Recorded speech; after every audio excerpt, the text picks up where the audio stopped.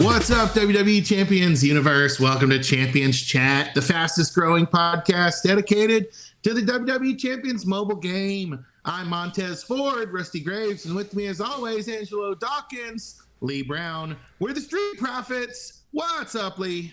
What's up? We've done this one before. That's all right though. You know, it's good to have a replay.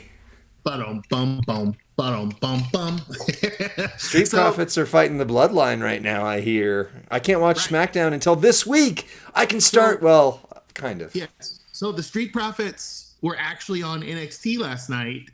And, I mean, this is a spoiler. It's NXT, though, so I hope no one gets their heart broken.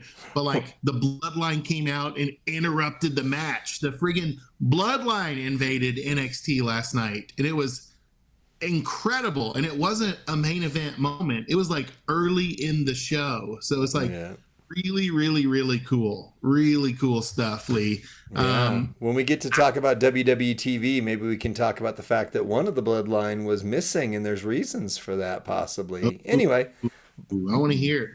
Oh yeah, and so the chat is telling me that the mystery woman I was wondering who did a promo for was Wendy Chu and Rosemary. Guessing, are they a tag team? I'm going to look them up on my end. But today, Lee, we've got that's exactly who it was. Rosemary and Wendy Chu. So I need to learn about them because I'm very intrigued. They almost had like a Wyatt Six looking promo. It was Halloween-ish. Creepy, my kids call it scary season. So today on the show, we're going to talk about the take back that didn't happen, right? Whew, sigh of relief. Also, we're going to talk about the weekend contest. What exactly it is, how to approach a weekend contest, and how to avoid certain pitfalls. A la my experience, I am the pitfall. I'm going to tell you what I do wrong. Lee's going to tell you what he does right in the weekend contest. And no community spotlight today. So if you're listening and you are one of our friends or fans, we'd love to connect with you. If you're interested in being part of our community spotlight, reach out and let us know because we're going to be booking some guests for upcoming shows. And then we're going to get to some WWE TV talk, which I can't resist. All three shows had season premieres this week, and I thought it was are having season premieres this week because SmackDown's tomorrow night. So, Lee, Rusty, we escaped the sickle of the Grim Reaper last week, meaning the community was on edge. They were asking constantly, "Is there going to be a take back? When's the take back going to happen?" On the other hand, a good portion of the community was saying, what are we even talking about? Did I miss something? What is this? What is this first time rewards situation? So there were two very polar opposite perspectives. Either someone feeling like community members should be compensated for missing out. Others were saying like those that took advantage should be punished, maybe even put in some sort of timeout or have their things taken back off their roster. And yet I thought Scopely had a very fair and very fun resolution to it all. What felt like a lose-lose situation initially, at least from my perspective, was turned into a big win for people that missed out on the first-time rewards glitch. They were given something out of the blue that was, I guess, unmerited, right? So a generous thank you for those that did not violate that situation. And then those that did, nothing. Yep. Any thoughts on that? Nothing. Nothing. Yeah, I mean, I mentioned, I don't remember if it was on here on the Friday night stream or whatever, but I didn't do a ton. I didn't, go through the road tours and like empty them all and stuff. But I did a few matches of that weekend's event. I did one or two of the Victory Tour, and I think I did a road map match. So maybe, 10 matches or whatever it was. And so I was fully expecting everything to be taken back, and it would have been rightly so. It would have been justified.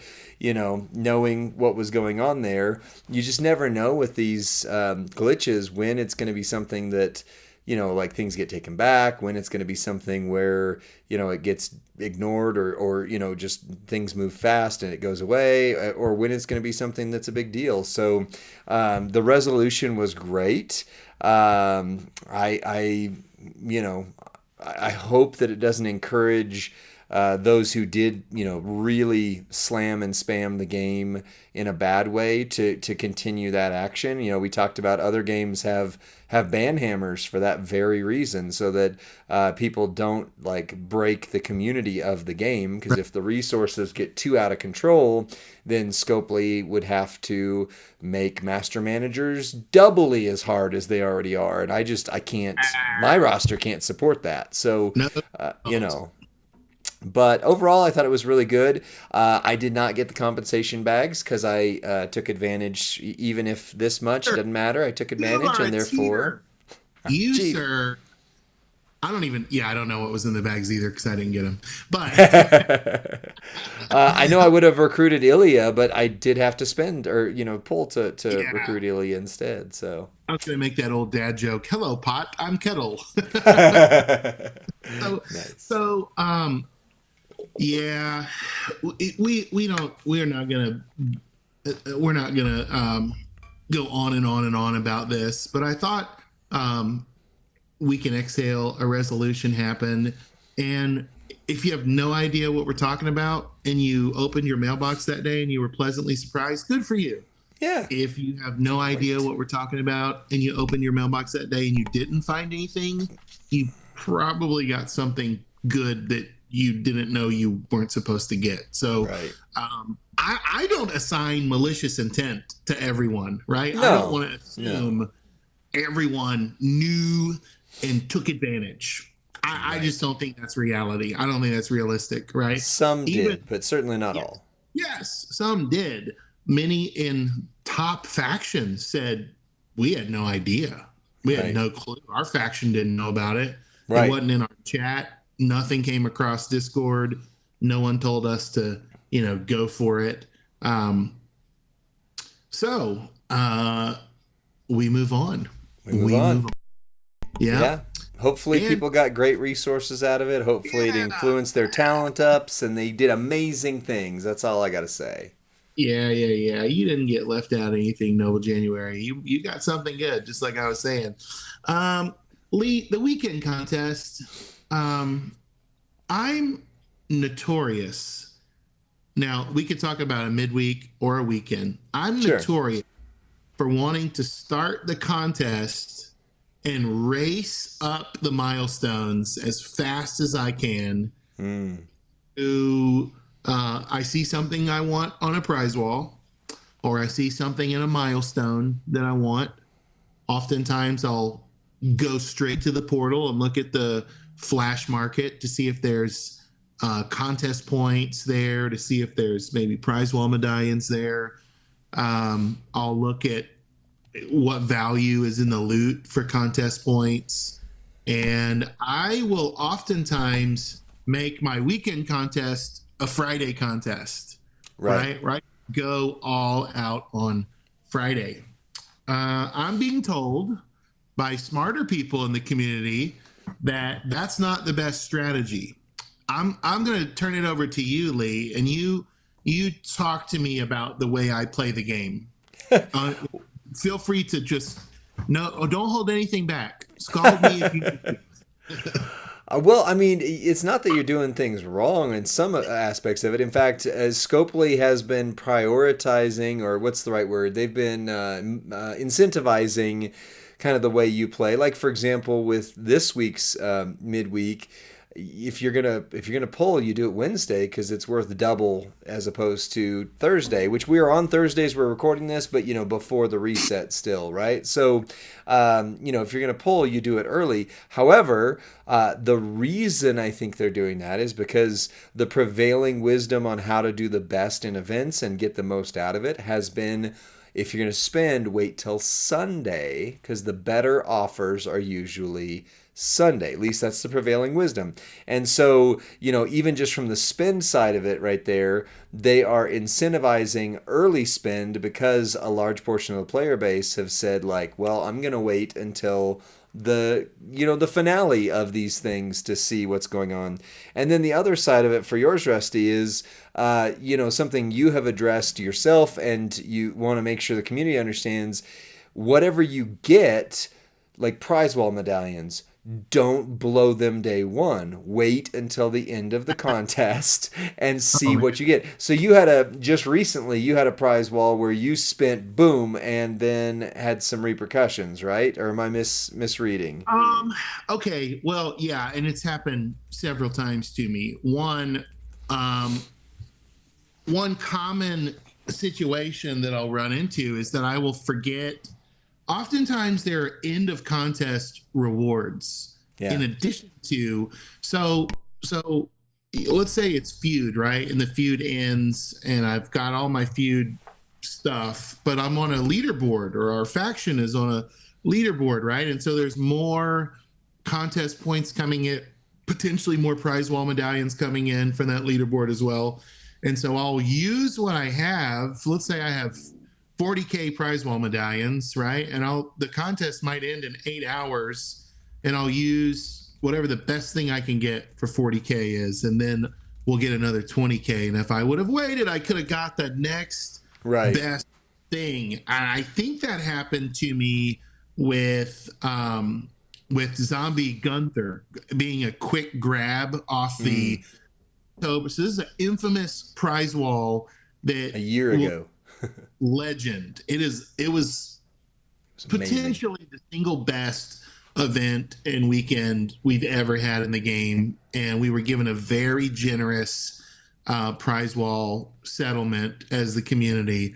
And I grabbed Zombie Gunther, and I grabbed I don't know, a sheriff's badge plate, and I was elated with my grabs until the contest ended and the second wave of medallions arrived, and my faction mates started showing me how they got Zombie Becky and the plates, and so they took the top shelf item that I didn't have the patience to wait for, or even this. I don't know that I didn't have the patience. I didn't have the knowledge to wait.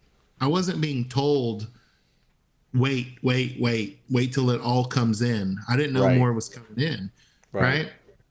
And so sometimes I'll do that. Sometimes I'll spend prematurely, which is not oftentimes wise, because there will be contests that I can actually get to the gold chest or beyond or max without ever spending anything. Right. So I'll spend an early max sometimes, and then I'll just be getting duplicate contest points that matter not. And I'm going, I guess I didn't need to spend that, on Friday or whenever it was. And you're right, though. Midweek, I'm noticing midweek loot is having like 24-hour bonuses if you spend it. So there is some wisdom now that's saying when you get that double bonus offer, do it. Right? Especially if you're chasing them, like we're chasing the bloodline moment this month. Yeah, big get, especially for those that get Jacob or for those that get Solo. I think most of the community that listens to us should already have Tongaloa, and then the rest of the community that probably listens to us and actively plays the game is on pace to probably get Tamatanga this weekend. Right. But the moment, you're probably not going to get enough midweek points without engaging pretty hardcore in this midweek events. These, how you see it, Lee? Yeah, and to go to the point, we've kind of hit this before, but not as clearly as this. You need to know what you want out of the month. And before, that would have been foolishness to try and say, because every week there'd be a new character, you wouldn't know what was going on, blah, blah, blah. But Scopely has given us these last few months the ability to map out and say, I know where most of the shards, if not all of the shards, for each character is going to be, and therefore I know how to prioritize some things. So, for example, looking at the blog that we ourselves read, make sure you follow the WCWs and watch them because they're fun to make and they get us decent views, and that encourages us to keep doing more. But anyway, Yeah. so we No, figured out that really. weekend one and midweek, we're going to be the best overall possible chance to get Jacob Fatu. And then we were talking with Merrick's, and Merrick's confirmed, his strategy weekend one, midweek this week, to make sure that you get the most amount of shards, assuming that you're not going to pull him, right? Because pulling is a random game of chance, but the shard recruit path is a little bit more controllable right now. And so that's what we're kind of doing. I went hard on weekend one. I'm going a little bit today on, hopefully on the midweek prize wall while I'm on a break, or to get midweek prize wall stuff. But when I come back to make sure you know what you want out of the month, I have two goals. It started with one, but my one goal when I saw the characters, did the previews, all that, was get Jacob Fatu. There is no other that I need more than a good acro. I don't have Muda, and the other acro males I've got are fine, but none of them are Muda and Jacob Fatu level.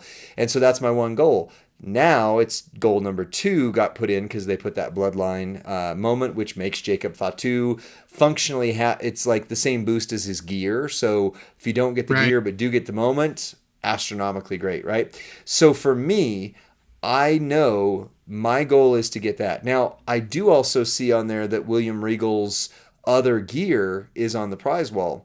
I assume I don't have enough for it, but last month that was the same situation with Indy's gear, and there was an oopsie poopsie on the portal where you could get a lot more medallions, and I was able to get Indy's gear. How do we, let me just say this. Let me respond to what Lee just said.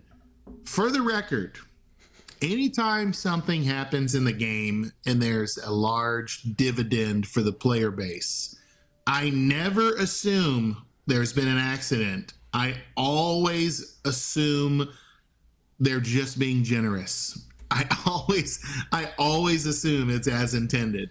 Now, we can argue that all day, right? But I can live my life a lot more hopeful and with a lot more positivity, thinking, oh, this is great. This is great. They meant to give us all this. Awesome. Right. And then not only do I assume they meant to do it, I will go on our content creator thread and I will thank them for doing it. And meant to be generous. And I will say, guys, incredible move putting this many medallions in the flash market. Thank you for this. The community is really going to love getting that stuff because, I want to assume the best. I want to assume the best of these individuals that develop this game, that write the code, that enter the things. I just want to always say thanks. Right. And I don't think it's manipulation. I'm not trying to get them to be like, we didn't mean to do that. We're really, I just wow. want them like let's just treat them like stand-up dudes, right? And when generous things happen in the game, let's assume it meant to happen. Be like, thanks, guys. Love it. Love that 9 bajillion TP that just rained from the heavens. Thank you. Right. Because the opposite side, I don't want to play this game with the trepidation of, oh no, this was an accident. This wasn't supposed to happen. They're going to take it back. This is bad. This is bad. We're getting too much. Like, come on. I can't live with that kind of anxiety. I just can't. I can't function. I have that kind of anxiety in my normal life, right? Like I don't want to have this in a game that I play to escape the anxiety of my normal life.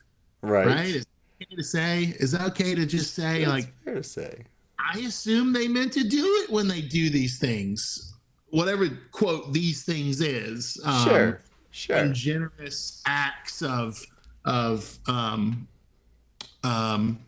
large resources. become available to the player base.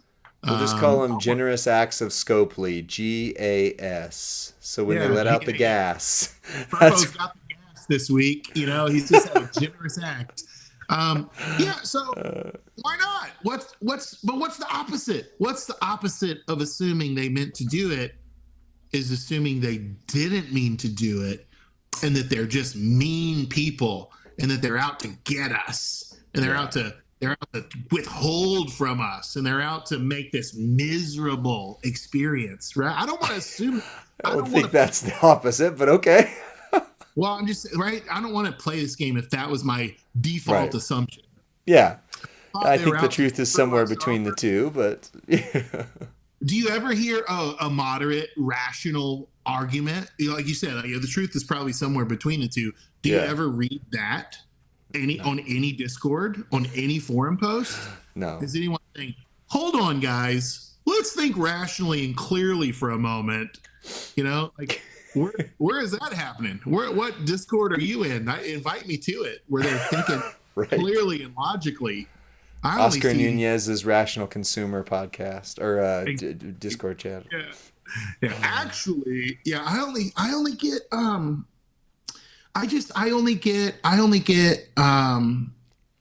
that those kind of polarizing comments from the community. Right. Salty and bitter and resentful, and like, I get it. It's easy to go into that mode, is it not, Lee? It's easy to walk around cantankerous, right? When you've been disappointed with this little slot machine called WWE Champions that's in our pocket, right? The Vegas odds in our pockets. Yeah, that's right. It's totally. Listen, this is my opinion. This is the Rusty Graves throwaway opinion. If you treat this game like an arcade, you will probably be disappointed that it's not free to play everywhere. Like my kids, well, not even free to play. Let's say Chuck E. Cheese. Chuck E. Cheese isn't free to play, right? You go into Chuck E. Cheese, it's an arcade, but you pay a flat rate now. They've changed their business model. You pay, let's say $25 a kid, and you get like a wristband for like an hour or two. And now that wristband activates every game for free or for the flat rate that you've paid, right? So you're on a timed, you're basically, I think it's either timed or it's an amount. So you just go crazy, right? At Chuck E. Cheese. That's an arcade. But this game is not an arcade. It's not. It's more similar to a casino in a sense that, like, there are table games, right? And you've got to put in to get out. And those that have extreme luck in a casino, oftentimes the luck cannot be. There's a logical fallacy called gambler's fallacy, which means you think somehow the odds will conform to you because you're on a lucky streak. Right. So I think a lot of people have this gambler's fallacy when they see a faction mate got a great pull, right? Or they saw on Facebook somebody in India pulled Roman Reigns. So, it's my turn. It's my turn to, and then you pony up and you do the loot and you're like, oh, I have the same luck. Well, I mean, I love a casino. Like, I love it. And I rarely have the same luck as the guy in the seat next to me. Right. Even if it's a game I really know. Roulette is my favorite game in a casino. Wow. And it is it is a game of odds. The odds are fairly good in roulette, depending on how you bet, but they are unpredictable every single spin of the wheel. It is unpredictability. There is no runs in roulette. Even if it hits black 10 times in a row, that's a cosmic accident, right? Not a something you can actually trend and trust. Right. So anyway. Well, all that to say, Yes, it's a let's use the cosmic accident, and when there's gas, use it to your advantage. What do we But call that? General act of Scopely's generous kindness. acts of Scopely gas. Yes, okay. I was Yeah, like, that's our. kindness. So I would just say know what you want to get out of, like, at the start of the month. Know what you want to get out of the midweek prize wall. As Sensei Kreese pointed out in the chat, be willing to adapt and adjust because there have been surprise moments thrown in, those type things. But like for example, right now, Jacob Fatu and the moment are my one goal. So for me to do this right, I'm spending or have spent, whatever, for the weekend one and this midweek. That sets me up with the most likely path to get both Jacob Fatu and that moment. And then I just stick to that plan. Don't let, let's say they throw your old favorite trickster Miz. They introduce a new gear for him, and it would make him half decent. And I get a little bit like, ooh, I got to do that. And then I spend my midweek prize balls, and all of a sudden I can't get the moment. I would be very upset. So the best advice when it comes to prize walls is always wait till the end, unless you are 100% sure that's the one thing. So like if I get the midweek prize wall medallions to get the bloodline moment, I'm going to go ahead and grab it because I know that's my one thing. But I can't be upset then if they throw out a purple Miz gear. What does Miss T call him? Grape Miz. Yeah. So if they throw out a grape Miz gear that all of a sudden makes him the undisputed most important and best character in the game, even though he's C tier at this point, I have to be okay with the fact that I didn't wait. But the best advice, especially prize walls, wait till the last day. Wait till all the horses have come into the stable, so to speak. Then make your decision, because you're much more likely to make a wise and good decision than an impulsive decision. You know what I mean? Right. Oh man. I mean, that's well said, Lee. And the same reason I love gambling, I will say this, in a casino, it caters to impulse decisions. Those impulse decisions give you an endorphin rush, right? They give you adrenaline. They get your blood pumping. They get your, his knees weak, his palms are sweaty, right? So it does that to you. You are literally, quote, high, Yeah. right? You are high on your own endorphins in a casino. Yep. You are so pumped up and you up. And the crazy thing about a casino is you don't know what time it is. There's no clocks. There's no windows to the outdoors. Yep. There's no windows. You can't see what light of day it is. And they keep bringing free alcoholic drinks to even lower your inhibitions and your discretion. Now, that's where I would say Scopely has a far better ethical barometer, because I've never had a vodka martini brought to me mid-weekend contest, right? One of the Scopely devs brings you a dry malt here, Rusty. We would like to encourage this participation. So I'm able to think a lot more level-headedly about this game than I am sitting at a roulette table, right? Right. And so I appreciate that. I appreciate that I can actually keep my wits about me, right? Now, if anyone serves me a drink, it's probably going to be myself, right? Right. But all that to say, Lee, the weekend contest or the midweek contest, one thing that, let me just highlight what you've hinted at. Jacob Fatu is primarily attained through the weekend contest results, milestones, and loot, right? To a degree, primarily.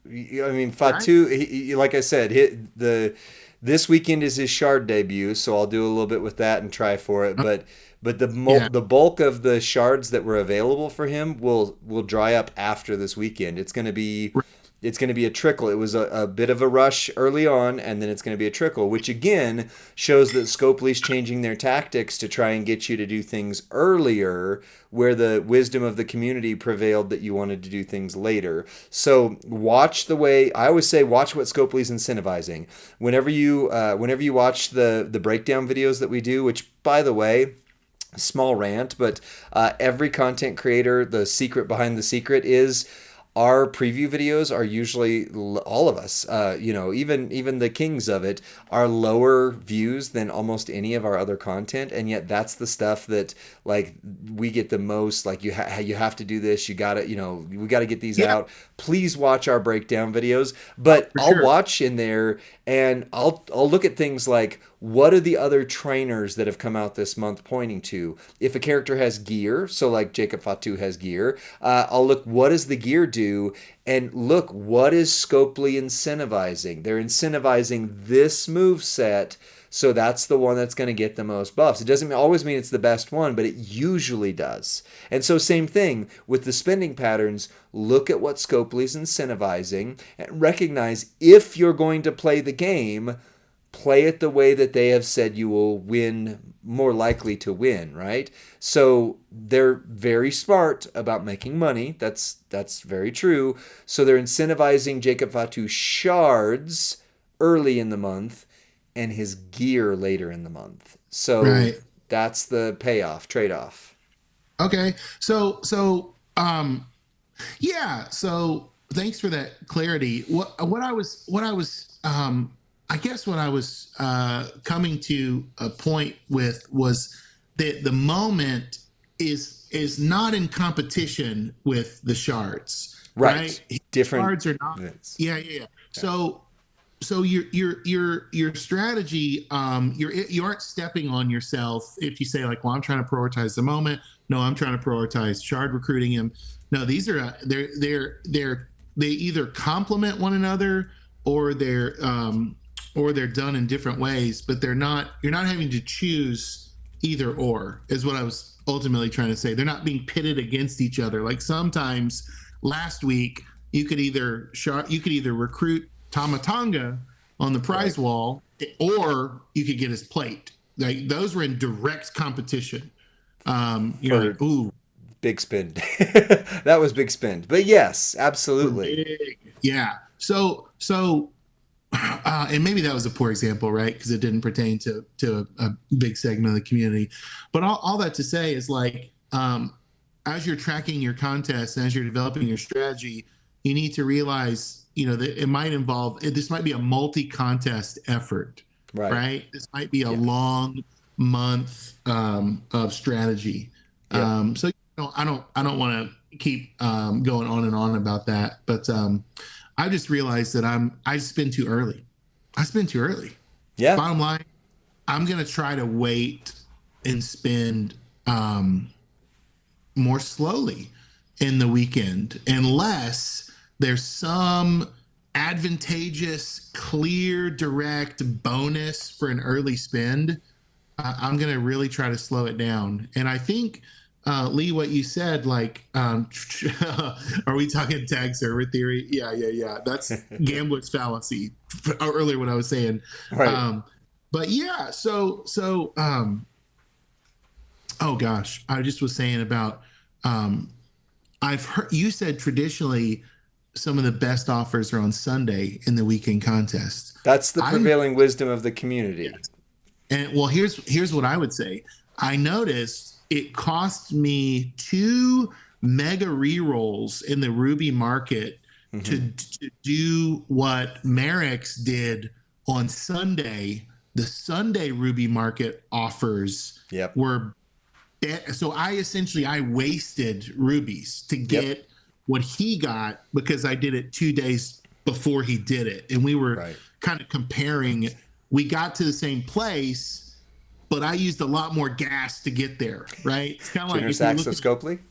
Yeah, well, it's like, No, I was thinking like a GPS. I took the long route, or essentially, I took the short route where I could go faster but it was, But you anyway, burned through the fuel. Yeah, that makes sense. Yeah, I burned the fuel to get there, where now he can compete in a second Ruby market this month where I cannot, right? Yep. For what I wasted on the Friday, I don't have that currency anymore, right? It's gone. It's gone. Yep. Well, those mega rerolls are however many hundred of rubies they are. Yeah, so that means that's a second contest that I could have entered. $10 worth of rubies, I think. Something like that. Yeah, and I did it twice. So it was 2 mega. So it's a 20. Yeah. So that's a good example. Mistake. Oh, sorry. No, I was just saying, that's a $20 mistake, bottom line. Right. Yeah. Yeah, that's not small for things. No. So in this economy, did you watch the presidential debate? No, I'm just kidding. I did not. But let's move on from eating dogs. So this is a good example though of knowing what you're going to do in the month. And again, like who sits down and thinks through these strategies and stuff? But we try to help you guys. So Merrick's and I both kind of had a similar track on this. Was okay. You do the loot pulls on weekend 1. That gets you rubies in the milestones, right? So you get the rubies in the milestones, and now, unless something phenomenal happens with the ruby market where I just can't pass it up, I have saved those rubies for the last weekend of the month when Jacob Fatu's gear is there, because not last month I couldn't make it work because I couldn't afford to buy a mega and it would have cost me another mega. But with Julius's gear, the way that I got it was I did my weekend mega. I think I actually did 2, and that's probably how it worked. But then I used all of my rubies that I had left to re-roll the flash market until I got the max milestone. Boom, suddenly I had his gear and I didn't have to pull it in the loot, right? So same thing, I'm holding my rubies. Like it would be tempting right now to try and get more points for this event, but if there were another generous act of Scopely in the next midweek where I could get a ton of midweek prize wall medallions, boom, I've got them for that. Or if more likely what I'm going to be doing, unless there's a bit of gas next week, is working towards the Jacob Fatu gear that way by getting as many medallions that last weekend as I can. So it would have been tempting to get those rubies that I don't have a ton of all the time and blow them right off the bat. But instead, if I take the long game path and wait, I can take advantage of a generous act if it happens, or I can go for Jacob Fatu's gear. It still doesn't guarantee I'll get Jacob Fatu's gear because I have to do really well in the contest as well. But if this month holds to the last 2 months, there's a chance this way. Where the other way, I don't have a chance. So in the chat, Lee, we've been asked by a friend, Sensei Crease, please explain to everyone how to maximize the ruby market as efficiently as possible. That's a great prompt, I think, for this episode because we've referenced the ruby market. I think I blocked that thing in the chat too. I made you a mod. I'm a mod. I blocked it. I just don't know if I can see something in the chat. Is it deleted? Can they still see it? I have no idea. Don't click any sneaky links on our in our chat. WikiLeaks. From a first-time chatter that just posted a link. So yeah, and I was going to say Zandel. Merrick's made a video on maximizing the ruby market. Lee, do you have a summary of that video? Did you watch it? I'll give us. We're okay. So here's the thing: if we summarize Merrick's video, you guys still have to promise to go watch it. It's 13 minutes long. Because we could be lying to you. We could be getting it wrong. That's right. That's right. So here's the deal. What Merrick's does is he takes a look at the multipliers that are on there. You'll see it'll say like this is worth X percentage XP, and usually he watches for anything above 250, 300% or more. Oftentimes, like my favorite is when you see something for 8 rubies and it gives you 7 to 8,000 XP. So that one is worth 1,466% XP bonus, right? And so what he will do is, regardless of what it is, he doesn't care if it's something he needs or not. He just looks at the multiplier, and if it's above a certain threshold, he will grab it. Supposing that the ruby cost is not super huge. If it's 50 rubies or less, give or take, and do that. Then he will do the mega reroll, because the mega reroll is much more likely to get you the high XP items. Still not guaranteed, and I was burned on that last month. I almost did not get Indy's gear. I had to pump another $20 in myself to make it happen, because I did a mega reroll and got nothing good in it. But usually you do the mega reroll, you get those 8 ruby deals that give you 8,000 or more. 8,600 is the usual number. So you look at, what do I need? It's usually 25,000, 55,000, 85,000, whatever it is. And then what's it going to take to get me there? And do the math before you start going into the ruby market. Merrick said it usually costs around 400 to 700 rubies to max a ruby market. $20 offer is 440 rubies. So you have to do the math in your head and go, okay, this is why I got Julius's gear last time. I went, okay, Julius's gear in the game, doing it through the loot is a crapshoot, right? Or if I spend, I think I had to spend like I say, I think I spent a mega and I spent a $20, ruby or something like that. So I looked at, okay, if I were to do 2 megas, there's no guarantee I would get his gear. But if I do a mega and $20 on the ruby market, I'm guaranteed to get his gear. Now we're talking. Right. Yeah. And Sensei says the mega reroll will get you primarily 2 kinds of offers. It'll get you high ruby offers on the poster themselves, usually at like 4-star, or it'll give you the 5 to 8K XP offers. So Lee said he spent 20 to guarantee that he got the thing that he wanted. Right. I said I spent 20 chasing the aspiration of the thing I wanted. See the difference? Yeah. See the difference in the spending? Yeah, Lee ponied up $20, but it was the guaranteed bird in the hand. He got it. Right. I paid $20 and got nothing. Just to pull the slot machine. Remorse, friends. See the difference? Lee was strategic, and he was already at the end of the contest. I was doing it early in the contest, hoping for a chance to get the offers that came around on Sunday, and they were there. Oh, So, well, I think that might be all for the game this week, and I'm okay with it being a shorter episode. Lee, WWE TV has taken over the USA Network, and I kind of love it. They, I want to say Triple H. I remember specifically said it Monday Night Raw. They said this is season premiere of Monday Night Raw, right? And so they were very overt about this is a new thing. This is a new direction, or a new, right? We're re-upping on a season. And I thought maybe that was just verbiage until I turned on NXT this week and started seeing all of the best superstars in wrestling on NXT having cameos and matches and interruptions and runouts, and people from TNA. Jordan Grace was there, and it's like, wait a second, he is like the hottest show. I mean, if I were to put Raw and NXT head to head, NXT blows it away by a mile this week.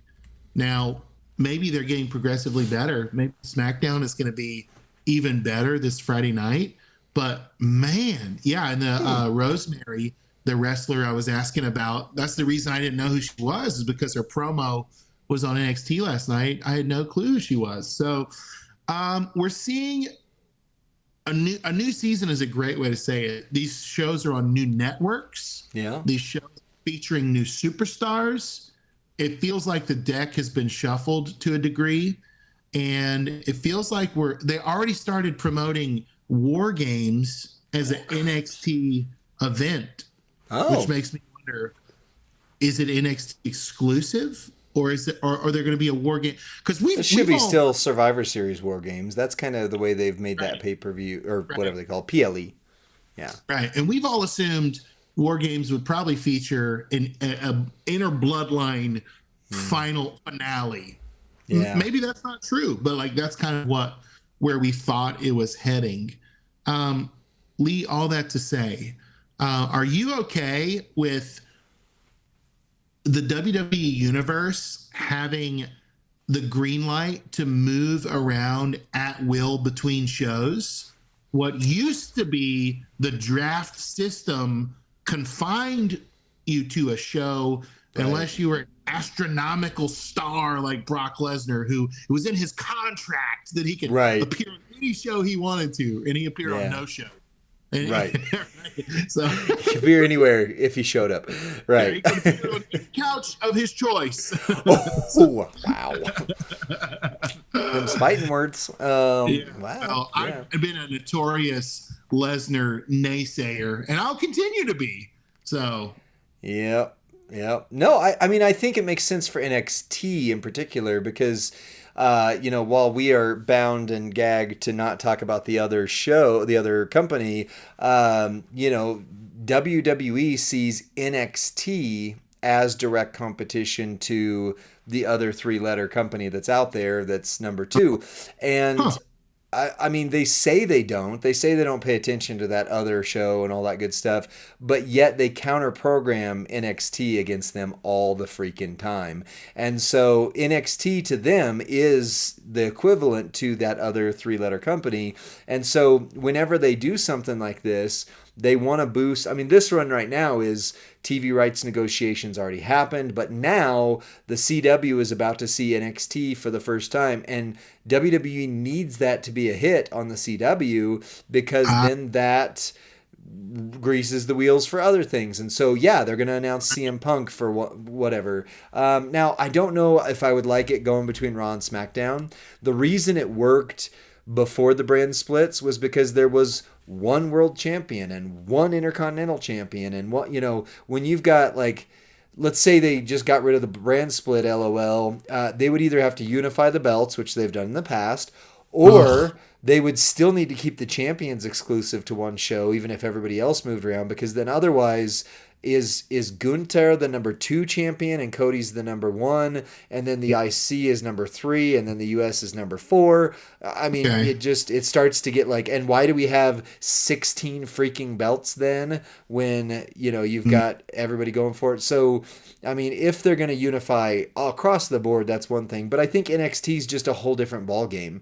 NXT is its own sub universe that sometimes impacts the main roster, and sometimes the Miz shows up there and just does something, and then or the Undertaker shows up there, but You then remember when they, the Undertaker showed up on NXT? That was, yeah, and they did it crazy. specifically to shoot a cannonball across the bow of a competitor. Yeah, So, Cody was there, Undertaker yeah. was there. Yeah, but if you watch NXT, like I don't watch NXT at all. I've said that many times on here. I've never once watched it aside from the match that Keith Lee won the titles at.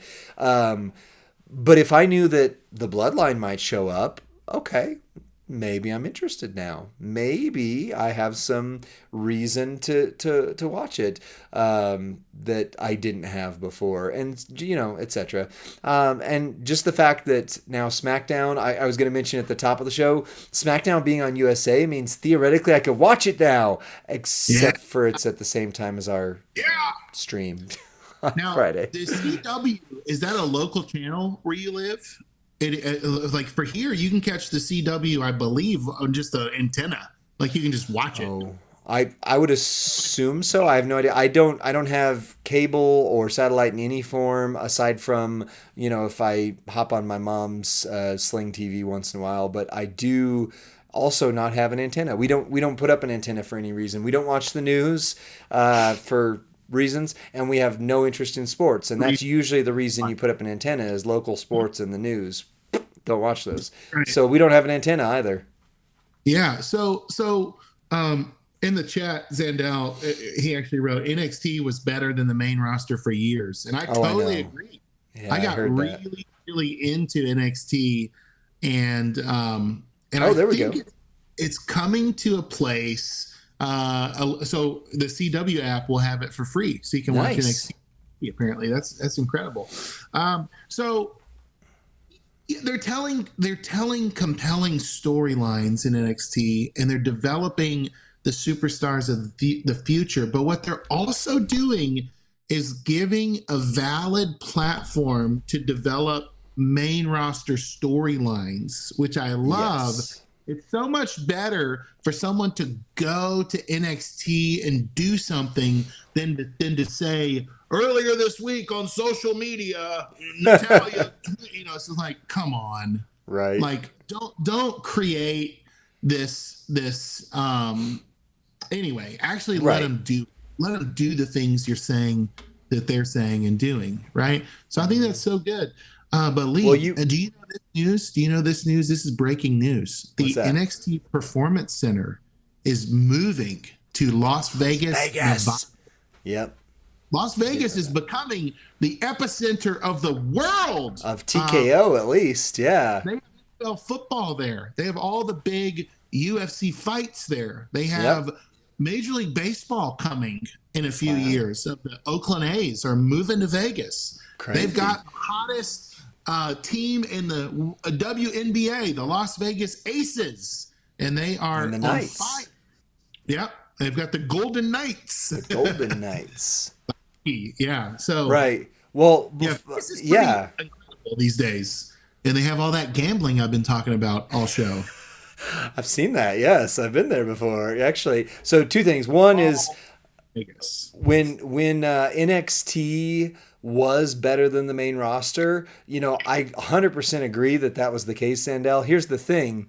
As someone who primarily watched the main roster under that previous regime that there may or may not allegedly be a documentary dropping in a couple of weeks about, whenever somebody came up from NXT, not only did their time in NXT not matter, they were devalued, they were crapped on, if they got a push at all, it was a 2-minute push as like, a manager, blah, blah, blah. So I had no reason to invest in NXT people because I did not want to get my heart like, okay, so here's a great example. And this has been lost to the annals of time.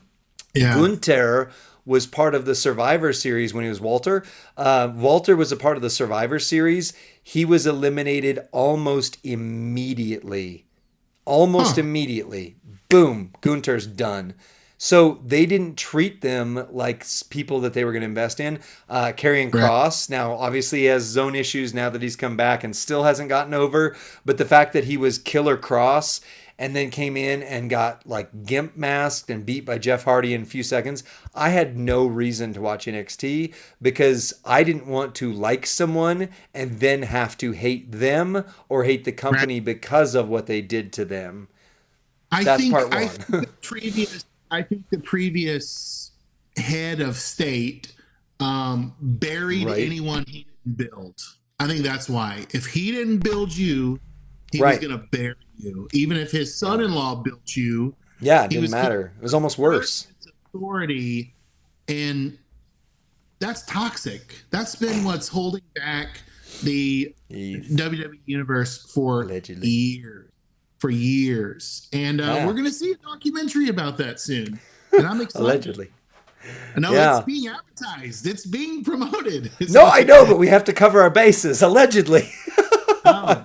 Please assume there is an asterisk at the end of every sentence that we ever say, subject regarding to change. Previous regimes. Yeah, but now maybe I could get involved in NXT if I had the time to watch it, because now Ilya Dragunov and Braun Breaker, as Noble January pointed out in the comments, go from NXT to the main roster. They have their same gimmick. They may not have the same momentum, and that's okay. They don't have to come in as the all-conquering hero. They have to earn their stripes on the main roster, but they don't get reset. They don't get a Shorty G gimmick. They don't get whatever that makes me go, I hate this character, but I want to love the person. The Viking experience. The Viking experience. Oh, I remember that. Yeah. Veer Or is coming forever and ever. They don't have to be Butch, right? Right. They can. Pete Dunne could have remained who he was, right? Or gosh, Dewdrop. Yeah, that many, was a good shout out. so many horrible repackagings, Right. Or Theory. Theory, especially when they had gotten them so right. Or the fact, I do know this one, the fact that Johnny Gargano and Tommaso Ciampa were having that blood feud in NXT that was defining things, and then they also were on the main roster as best friends, like fighting as a tag team, like stuff like that. What? Yeah. What?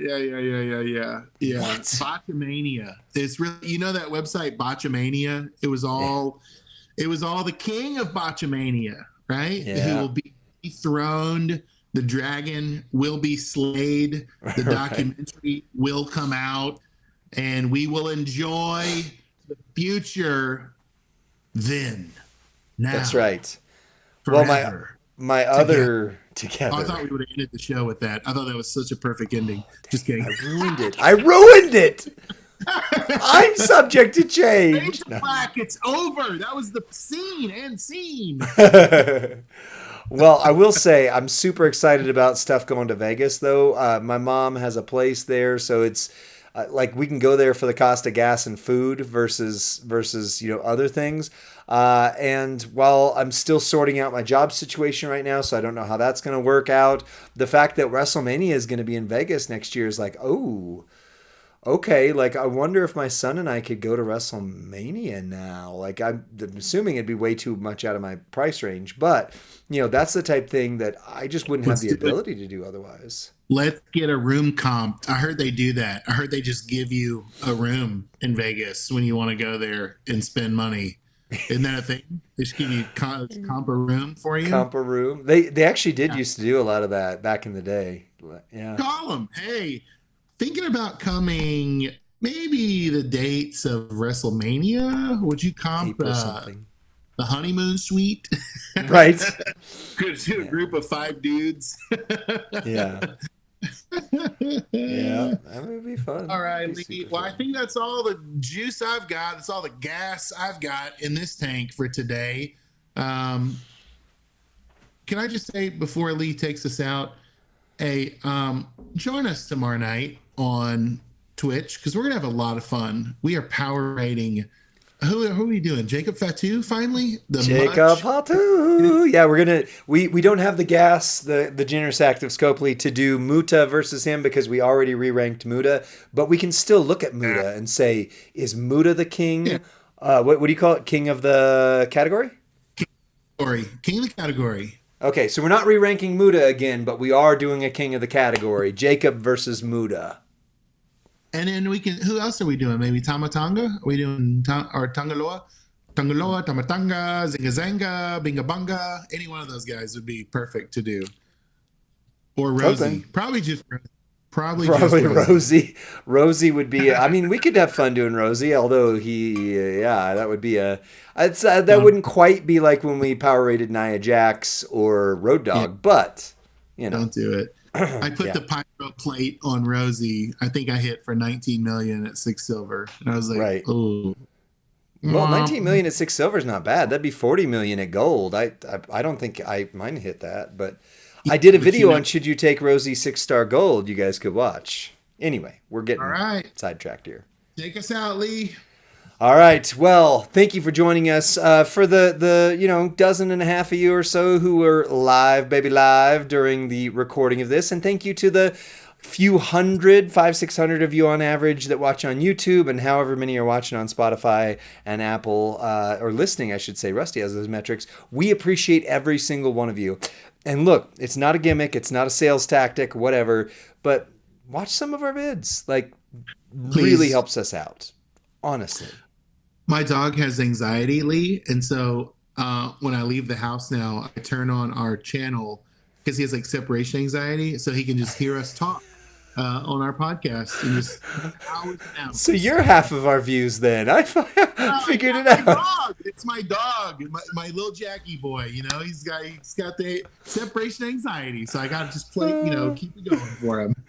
Well, if the rest of you would just, when you go leave for work, just put it on YouTube, put play all, let them play out. That would super help us. And by the way, last thing, but I thought of it. You know the little kid that we did the video on that we've talked about before, and he went to Raw. He started playing the game yesterday, and he started watching our channel now. So, hey, buddy, if you're watching this, we appreciate your views as well. Thank you. Yeah, what faction is he going to be in? We gotta get I don't know. He was League 2 by the time that I left. I was helping him get set up. He was League 2, so I was like, keep going, buddy. Get to League 5 to 7, and we can talk. So, nice, man. We'll see. Maybe Black Pearl would be a great home for him. Yeah. Pearl's family. I'll send him over that.